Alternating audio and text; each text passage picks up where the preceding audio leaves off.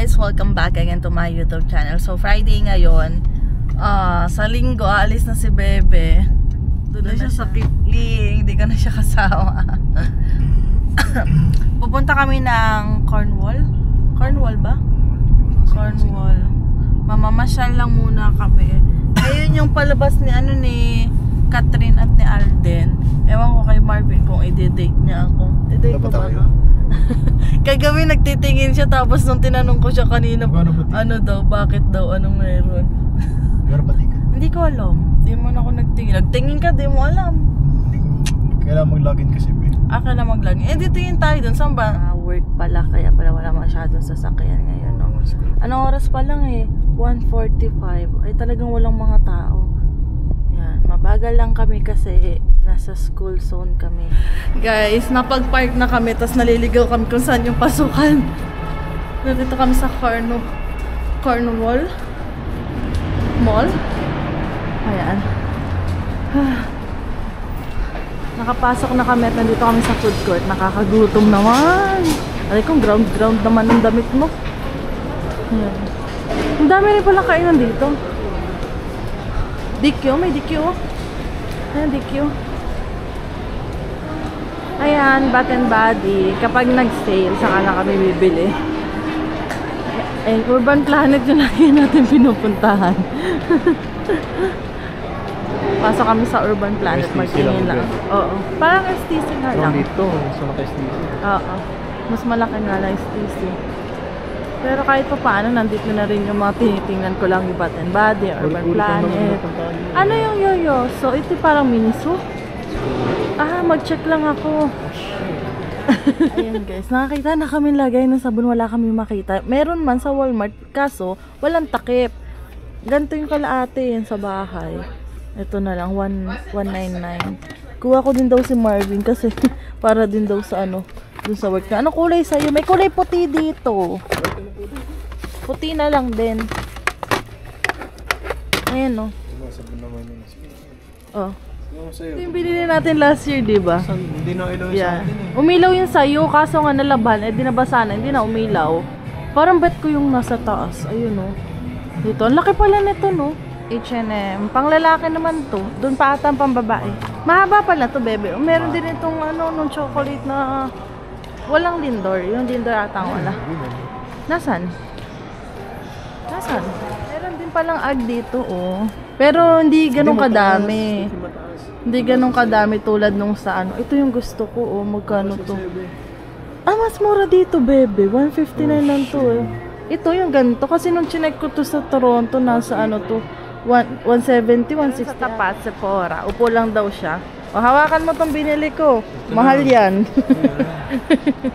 Ayan, titingin daw muna. Sabi ni Marvin kung gusto ko mag-check. Upo lang daw siya. Check lang. Mamasyal lang tayo. Bebe, may Foot Locker din pala dito. Tingin tayo. Halos nandito na rin pala, guys. Yung mga pinupuntaan. Dito naman tayo. Ow! Grabe naman yung ground mo, be. Sephora lang ako. Bilang oil. Diyan ka? Okay. Nakabili na ako ng oil para sa buhok ko kasi nga wala na Ayun na si Bebe nag-iintay. Para to sa pag nagtrabaho ako, para naman hindi tikwas-tikwas yung buhok natin. Ayan si Bebe. May sunglasses. Nagugutom na ako. Guys, kakain muna kami ni Bebe. Nakita niyo yung gongcha. May milk tea dito. Di ba yung gongcha nga yung masarap? Di ba? So, minsan mag-gongcha tayo. May milk tea. Hindi pa kami nakakababa ni Bebe. Bili ako ng oil. Meron akong oil sa buhok. Huwag mo na lang tanong kung magkano. Secret. Masakog mo naman yan. Dito na lang kami bibili. Parang din naman to yung kinakain na namin 360. Rice. Wala na masyado. Ayan. Parang binibili ko din ng barbecue. Ayan tayo. Isa na lang in order ko. 2 meat to 1 veggie be. Para madami. Share na tayo. Ay, nalaglag be. Pakuha nga. Ko? Bebe, same lang. Magkalasa lang. Magkasang lasa lang. Yung barbecue laging binukuha ko. At 360 yung ganito. Kasi nasa? Yung grilled chicken.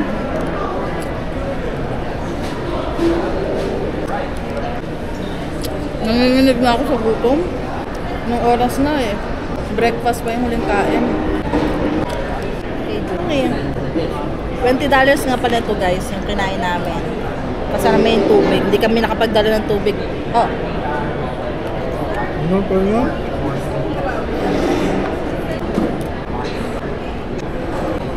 Uy, kaya pala mahal yung tubig. Ben, sabi mo yan, mahal. Ayaw nga pala, magkano yan?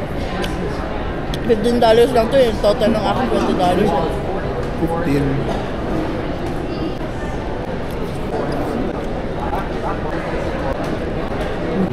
Bababa na kami guys. Dito sa baba mayroon dynamite to, yung bilan ng damit, tapos may garage din, tapos may clears din pala. Yung sa garage kasi pong sexy. Hindi ako pwede dyan. Dito pala may Tim Hortons oh. Ayan no, meron din pala ito yung binatingnan natin sa Eton eh. Meron din pala dito, akala ko wala kasi. Magkano to? 20 to. Tingnan ba sa'yo? Mas mga pa diba? Parang ganito ata. Mga ba yun? 194. Mahal ah. Galing ka sa iba. Meron pala dito oh. Ayan guys, si Marvin nakapila. Bibili siyang isang iced coffee, saka isang muffin. Sure na kami. Pang ano namin, dessert. Sinusulit na namin kasi for sure hindi na magkakasabay ang day off namin ni Marvin kapag nag-start na yung work ko. Kasi ang off ni Marvin, ano yan, weekends. Ako, wala akong off ng weekends for sure. Dahil nasa hospitality nga ako. So, pasok muna tayo dito sa H&M. Magtingin-tingin lang muna ako. Muffin, tsaka iced coffee. Maglakad-lakad na muna kami ni Bebe. Wala na, tipid-tipid na. Tipid-tipid na uli pag ano. At least, di ba? Mamaya magchikahan tayo about dun sa ano. Sa magkano yung sasakyan. Yan. Paano tayo nakasurvive nang wala pang work 2 weeks. Pero gastos daw ng gastos. Hindi naman tayo gumagastos masyado. Sino nagastos? Tayo daw. Ay, mga grocery. Saan tayo kung ano pagkain? Hindi naman kami nagsha-shopping ng gamit. Yung mga kailangan lang naman yung binili nating gamit eh. Hindi nga kami bumibili ng mga bagong damit. Pero bibili naman namin yung mga ano, mga bembe. Yung lalagyan ng damit. Oo, yun. Yung lamesa naman, free Wala naman kasing- yung lamesa natin. Wala akong free kasi dito yung tulad sa Toronto na Yung na may napupulot. pulot. Yung iba nagbibigay talaga. May iba naman dito, mga nasa labas. Kaso ano na eh, parang di na magagamit eh. Oo. Mga ano. Saan tayo? Doon muna tayo. May Arden no. Upo muna tayo. Dalarama. Ayan, magbabayad muna siya ng parking. Yung parking dito, $1 ano? Per hour? 2.5 per hour. Eh, umabot ba tayo ng isang oras dito?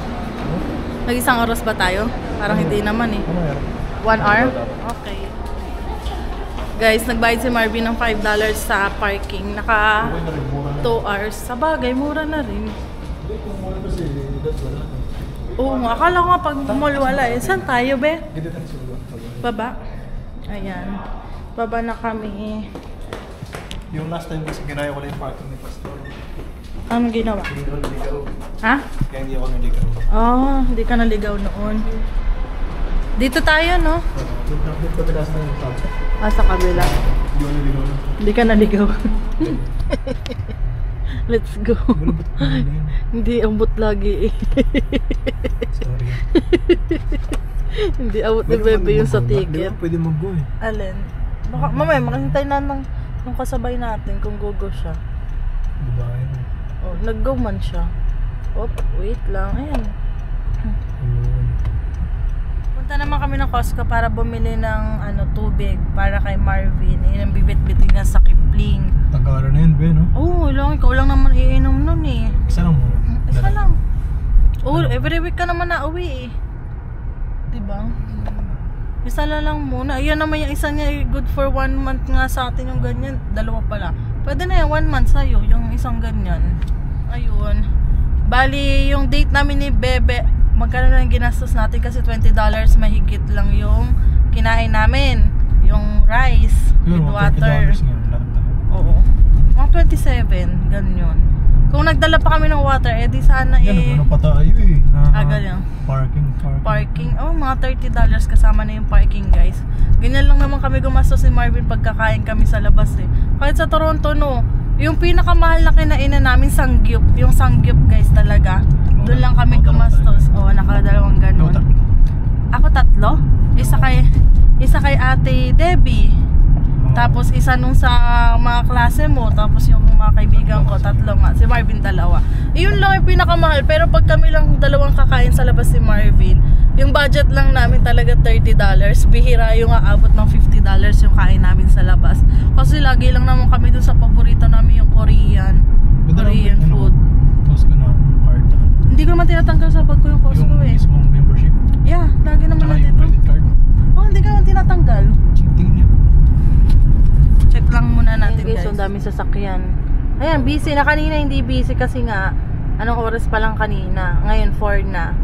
So, naglalabasan ang mga sasakyan. Ito lang napapansin kasi hindi, nung una naman lumalabas kami ni Bebe ano naman, wala naman kami sasakyan, nakikisakay lang naman kami. Ngayon, nakakaikot-ikot na kami dun sa parang iba-ibang part ng Regina. Nakikita namin madami rin palang mga sasakyan. Regina? Regina? Ewan ko. Regina na lang. Iba sa airport, Regina rin. Oh, Regina na may inimik sa airport. Iba kasi Regina? Wala siya, tama yung part. Parang mga bakante pa dito eh. Yung mga bakanting lote, ayan oh. Ang traffic lang dito yung stop. Parang madami kang bibili na. Nakakakatakot mag-Costco ah. Mga-scam na naman tayo. Scam ka na naman yan. Gusto daw ni Bebe. Mainit-init pa. Yes. Oh. Ikaw lang mga kumakain ng mga pre-taste eh. Ang bilis mo eh, brownies oh. Sabi ko na pagtingin ko may brownies, sabi ko lalapit to. 21 lang, ang dami, ang lalaki pa. Diba? Mura? Oh, iyan lang bibili natin. Uy, tissue. Bibili tayo ng tissue. Hindi pang sasakyan. Nakasale yung madami. Uy, 2? Isa lang ba? Isa lang. Next time na lang ulit. Mag-stock ka doon. Kapag nag-snow na lang, pag nag-snow na lang, saka ka na mag-stock ng ganyan. Wala pa naman snow, makakauwi ka pa naman eh. Kumuha kami ng tissue, naka-sale ng, pa-save daw ng $4. Kumuha kami, pang matagalan na naman yan. O yan lang, bibilhin. Tapos, kasi share kami kila ate. Paubos na kasi yung gato nila ate. Kaya, bili na kami ni Marvin. Yan. Yan, okay na. Yan, okay na. Scam. May scam ka na naman ng Costco. Thank you. Gusto mo, be? Ayaw mo? Ako na lang. Medyo inayos naman ng konti, guys, kasi nakagulo. Yung kanyang kumot, bedsheet, saka winter jacket. Oo. Tapos itong bag, sabi ko dito na lang, para kapag mag-grocery kami, meron kaming bag. Ano ba to? Okay. Ito naman yung binili ko sa saan nga to, sa Crazy Bean, yung baunan. Yung isa kay Marvin na baunan. Ay, akin pala to. Itong madami kay Marvin, itong 2. Dadalhin niya to sa trabaho. So, dito ko na lang siya ilalagay. Hindi ko na to yan. Trabaho. Ito akin. Ay, oo nga, bigas pala. Bibili tayo isang sako. Bukas. Ngayon na, bumili na tayo. Gusto mo? Wala nga sale eh. Ito para sa sakyan to. Ayan guys, bali nakapagpa gas na si Bebe. Pumunta kami ng Walmart para bumili ng bigas. Dahil nitong mga nakaraan na araw kasi yung rice, yung rice namin galing kala Ate Pam. Tapos mag-share na lang kasi kami din kala ate. So bibili kami ng bigas, sasama namin sa kanila. Ayan. Wala talaga eh. Back to normal na ulit. Tapos, ayan, bali, ngayon na yung start ng pag-budget ni Marvin sa saan ngayon? Sa gas. Sa gas, no? Kung magkano yung gas niya every month, Bebe? Kasi nga sa linggo na yung alis niya. Actual, wow, taray, actual. Ano yan? Full tank ka na? Magkano yung full tank nito? Hindi naman talagang, di ba, hindi naman isang bar na natira. May konti pa? May 3 pa tayo. 3 bar pa? So, magkano yung napagas mo ngayon? Magkano napagas mo ngayon? 45. Parang lagi kang 45, no? Pag ka dito. So, every... Sabi natin ni Kuya Toto, diba, parang 57, 67 yan. Full tank? Okay. Tapos bukas hindi namin kung may pupuntahan kami or baka sa Wala bahay na. lang. Wala naman tayong lakad bukas ng Sabado. Sa Gastos bahay na lang. Gastos lang. Basta ito. Ayun. Ito na. Ayan. Bali kasi may nagtatanong nga sa amin kung may naiipon pa daw kami. Kasi may iba rin Hindi pa namin alam. Hindi. May naiipon pa. Ayun.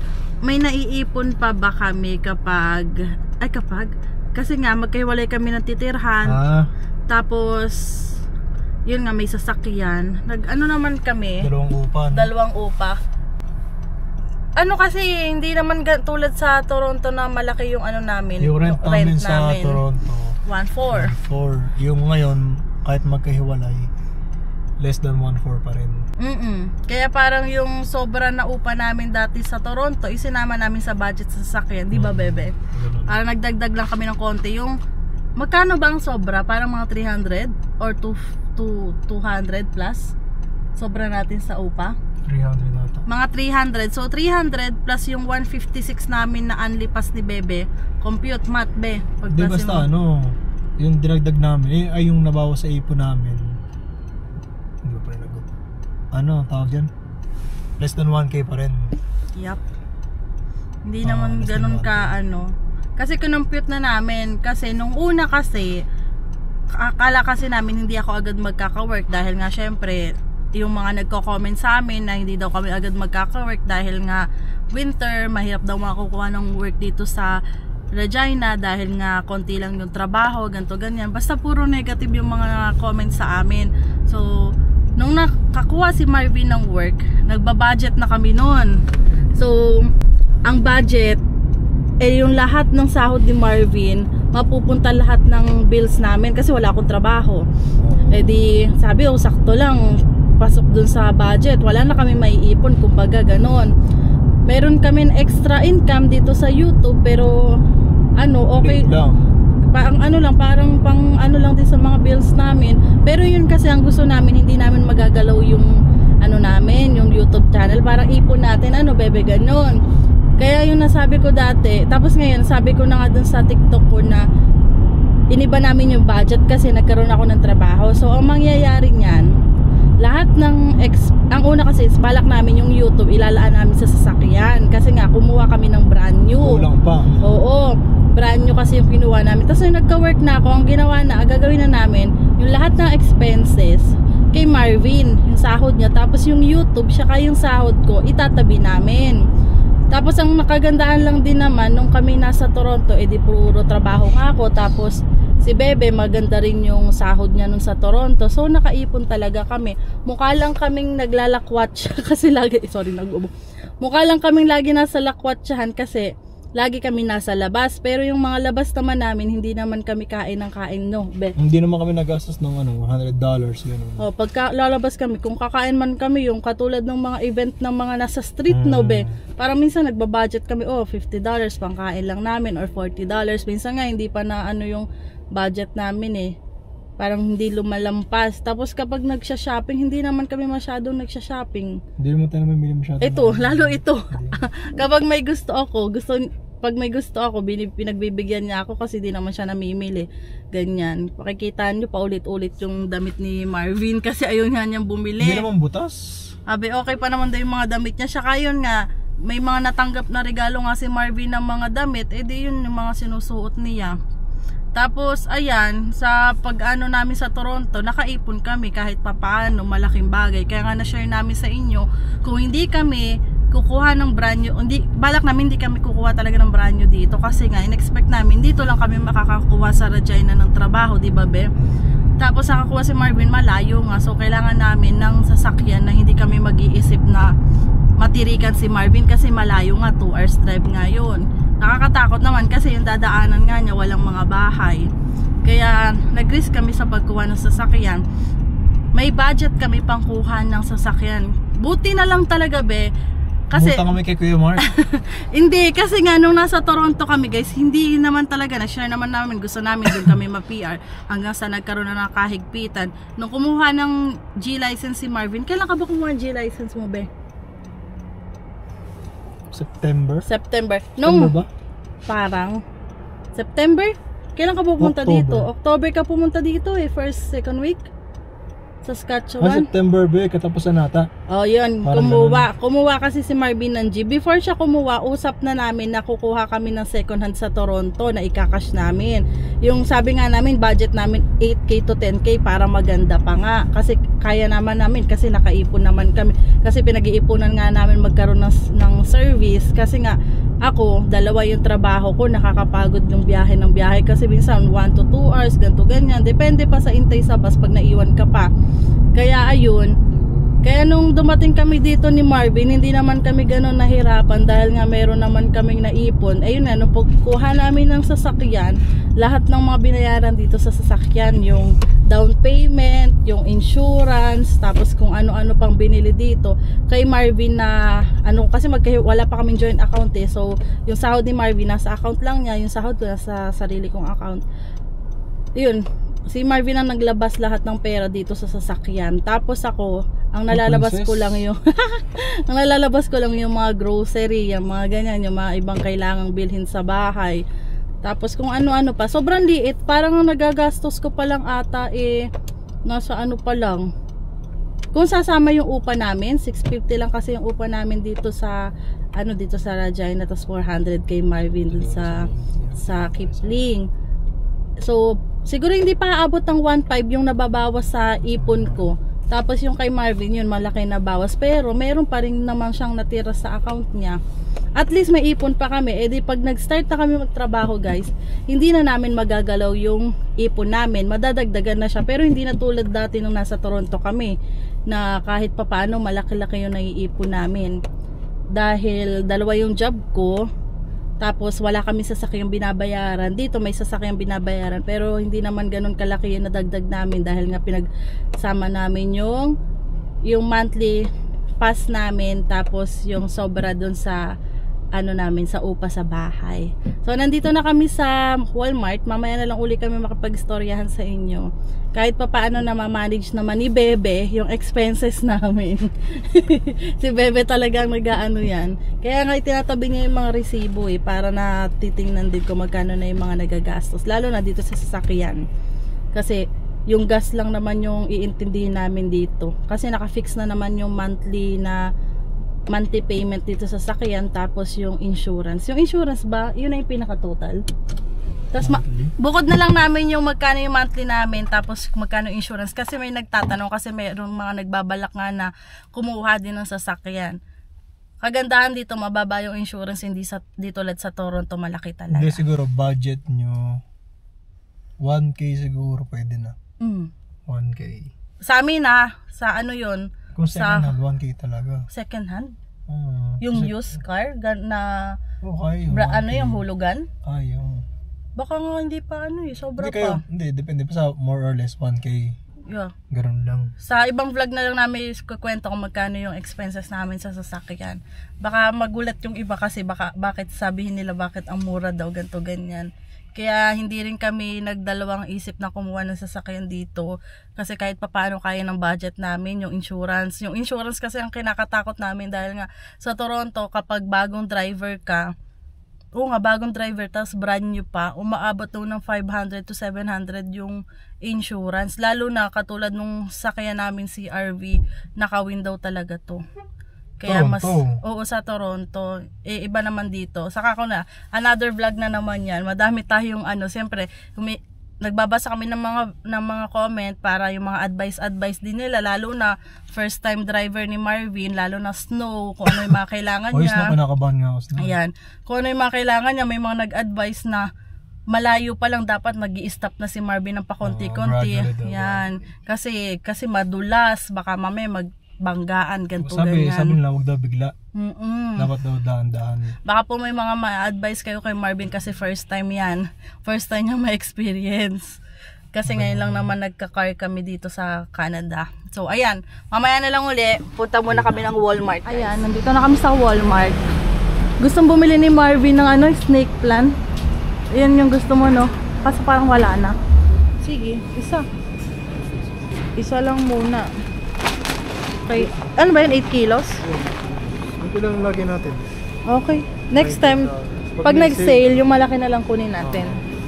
Para doon sa bahay. Yung pancit canton? Para lang may stock. Stock lang, hindi ako kakain. Bihira lang naman ako kumain eh. Pag nandiyan ka lang kakain ako. Ayan guys, bumili na ako ng moisturizer sa mukha, foundation, saka primer. Anong reaction mo sa binili kong tatlo? Bebe. Ang cute na to. Tatlo yan, magkano eh? Nakatingin sa akin. Magkano to? Mura lang to. Magkano? 57 lang naman. No? Tapos yung hawak mo magkano? Ano lang siya?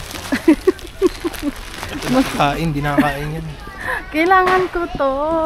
Kasi syempre, haharap ako sa customer. Kailangan nakaayos ako. Hindi na ako nag-ayos. Hindi na ako marunong mag-makeup. Practice ka ngayon, bro. Sa bagay, may ilang araw para mag-practice na uli ako mag-makeup. Ayan guys. Madilim na. Let's go na. Ano ito? Bagong car wash? Basa yung sasakyan nila eh. Basang-basa eh. Kung car wash naman yan, di ba dapat tuyo? Kasi inaano naman. Kailan kaya tayo maglinis ng sasakyan? Madumi. Madumi na yung labas eh. Tinitingnan ni Marvin, sabi niya puro putik na daw yung likod. Kasi nga nag-uulan nga guys. Hanap daw siya ng murang yung car wash. Diretso ka ba? Dito na kami guys, magpa-park lang muna si Bebe. Tapos ito yung mga pinamili namin. Nakita namin sa taas. Wait ko lang si Bebe. Guys, nandito na kami sa bahay. Kita yung cabinet natin. Magla-laundry naman ako. It's laundry day. Dahil Friday night, muro naman yung paggabi. Madami na tong laundry eh. Pero next week, hindi na dito magla-laundry si Marvin, doon na sa uupahan niya. Bali, ako na lang yung magla-laundry dito. Mga damit ko lang, saka yung mga punda-punda, ganyan. Hatiin din pala natin tong sabon. Yung pang laundry. Kasi magdadala ka din. Ay, So, ayan.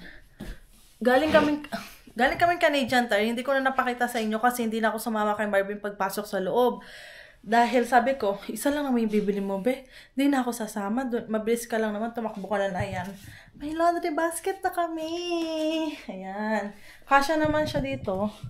Ayan, madaming kalat yung higaan. Ayan, yung microwave, dadali niya yan. Tapos itong tissue, yung galing sa lagay lang muna namin sa ilalim. Kasya naman siya dito. O, diba? Kasya. So, lagay ko na yung laundry dito, bebe. So, hanggang dito na lang guys, yung vlog namin. Yes, unahin daw muna yung mga pantalon, yung mga kapal. Okay, hanggang dito na lang yung vlog ko guys. Bukas na lang ulit. Don't forget to like and subscribe sa YouTube channel ko. Bye!